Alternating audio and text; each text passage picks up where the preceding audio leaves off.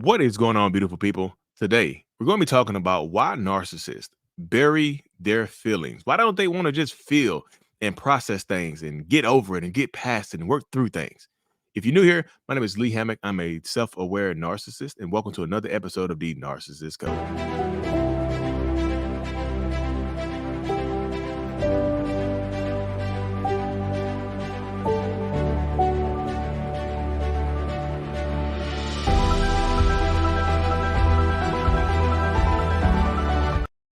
Welcome back, folks. I be jamming to my theme music. So y'all gotta bear with me. I be bouncing to the theme music sometimes.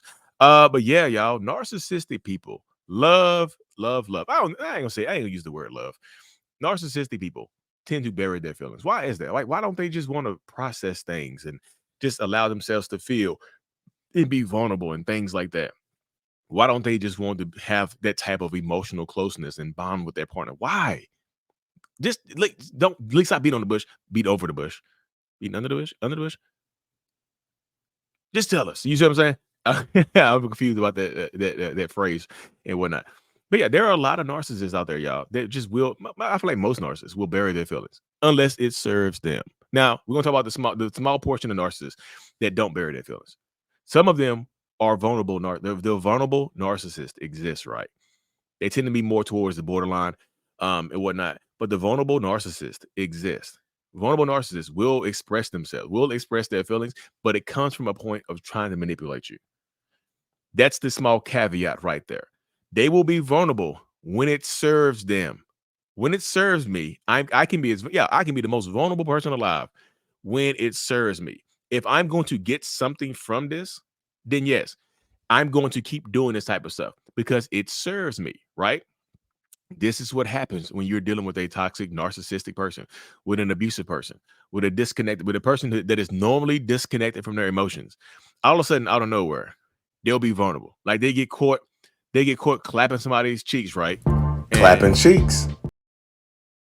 they get caught clapping somebody else's cheeks, and all of a sudden now they want to cry. Now they normally stone faced and reserved, but now they want to cry. Now they want to express themselves. I just did it because I just feel so disconnected from you. Nobody told me to be.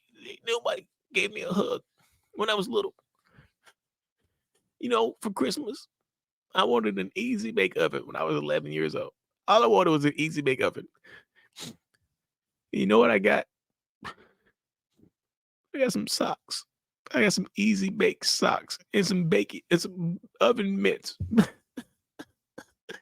That's why I cheat. Ah. You see how silly you see how silly that sounds. I know it sounds ridiculous, but they want you to believe that. They want you to buy it. And do people buy it? Yeah, because now they're crying. You never seen them cry before. Now they're being vulnerable.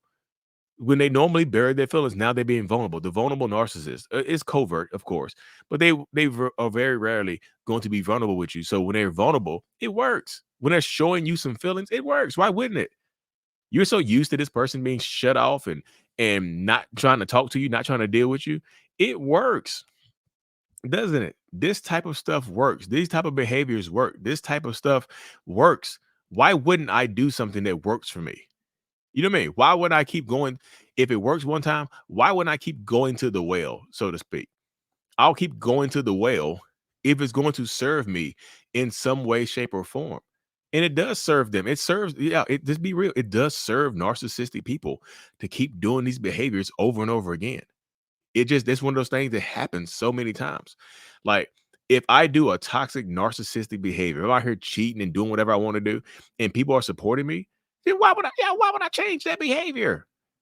You see what I'm saying? Why would I change a behavior that is working for me? That doesn't make any sense. I know it makes sense to y'all, but it doesn't make any sense to a lot of people that are battling with narcissists.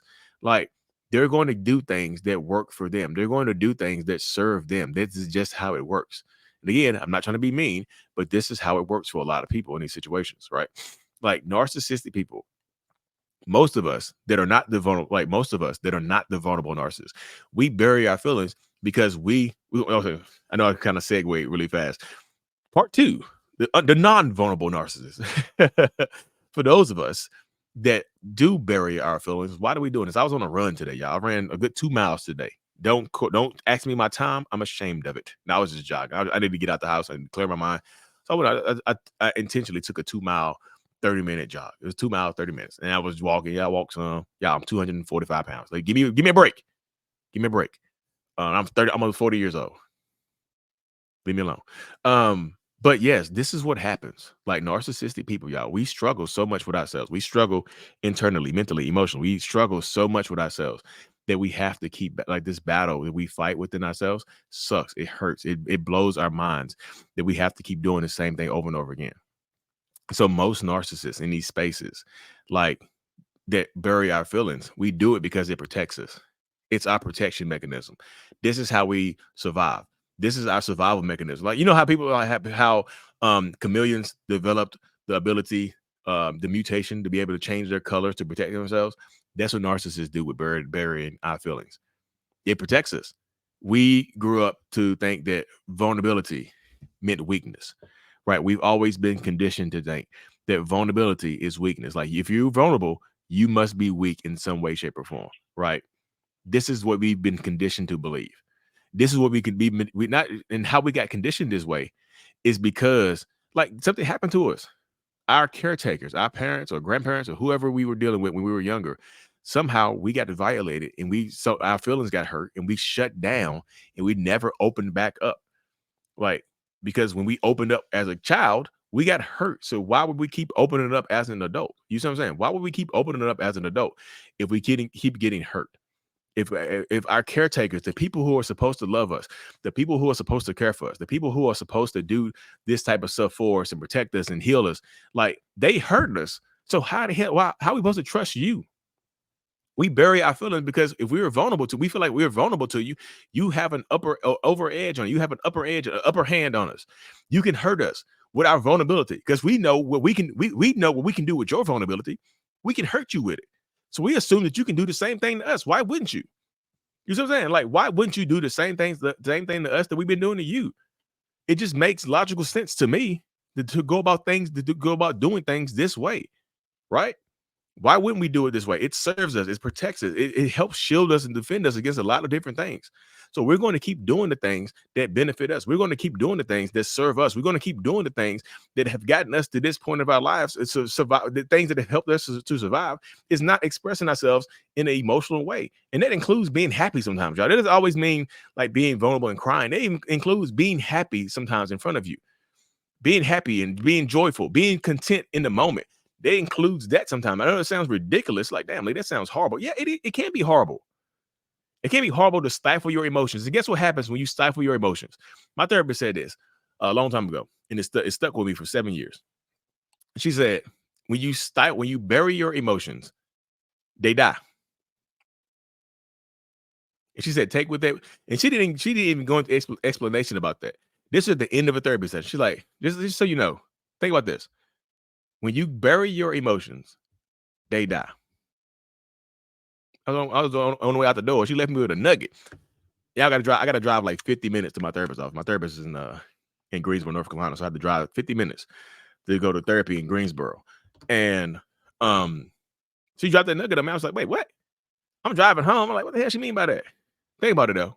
If you bury everything, if you bury anything if you bury anything alive, right? Emotions are alive. Emotions mean you're alive. As long as you have emotions, you're alive, right? Because people who don't have emotions are dead, right? Correct? You see what I'm saying? Even angry people, even people who only have the angry emotion, those people are still alive. But if you bury anything alive, what happens to it? It dies. So even if you bury your happy emotions, even if you bury your joyful emotions, even if you bury your contentment, your happiness, your joy, your fulfillment, your satisfaction, if you bury that stuff, it's going to die. And what happens when things die? What happens when you bury something alive in a movie? When you bury like a Pet Cemetery, it's like it's the emotional cemetery. Like what happens when you bury? You ever seen the movie Pet Cemetery back in the day? When you bury Fido in that Pet Cemetery. Fido might have been a good dog when he was alive. Fido used to fetch. Fido came home, and Fido's such a common name. We're gonna name this Lloyd. Lloyd was a very good dog when he was alive, right? Lloyd was a great pet. Lloyd died. and you decide, instead of letting Lloyd rest in peace, you decided to let Lloyd be buried in the pet cemetery. What happens when you bury stuff in the pet cemetery? It comes back in evil. It comes back mad as hell, as angry. You like, Lloyd? Lloyd snarling at you. Lloyd wanted to rest in peace, but you decided your feelings were more important. Lloyd come back and bite your ass. That's what happens to your emotions when you bury them in the emotional cemetery. They come back as anger. So when you bury your joy, when you bury your fulfillment, you bury your contentment, when you bury the good stuff, it comes back as anger and resentment. You see? So if I was happy about something, and I feel like I can't be happy in front of you because if I'm happy in front of you, I'm vulnerable. That means I'm vulnerable. That means you can hurt me later on because you know what makes me happy. I know this sounds stupid, but this is how my mind been working. Like if I'm happy in front of you about something, then you know what makes me happy. So now you can take it away from me. Now you can use it against me.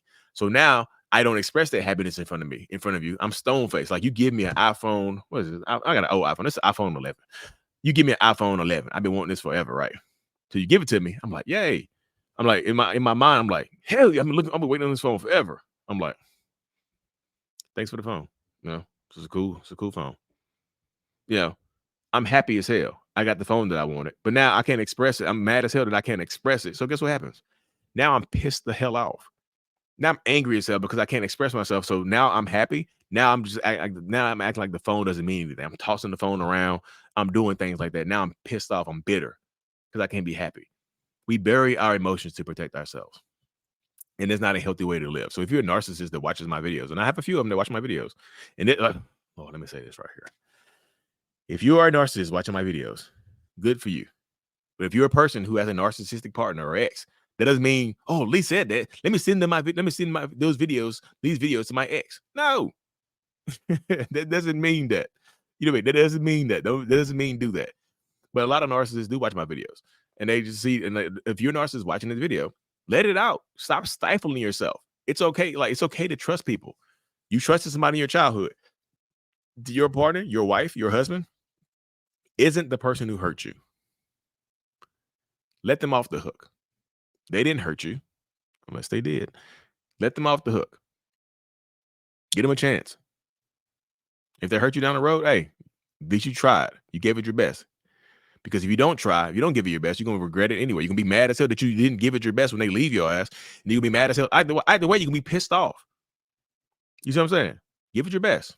But anyway, y'all, I hope this video brought you some clarity. Hope it brought you some peace. You can find everything Lee Hammock at mentalhealness.net. I'm thankful for y'all. I appreciate every single one of y'all. And as always, y'all, subscribe to the channel if you haven't already. And as always, y'all, Mental Healness is out. Thank you so much for making it to the end of my video. I am extremely grateful for you. Have no idea. If you haven't already, make sure you go ahead and subscribe to the channel. Helps reach more people. And click on the screen to watch another video or to browse through another playlist. There's also a link on the screen to check out my courses and my support groups to help you heal and understand what you've been through. Thank you so much again. I will see you in the next video.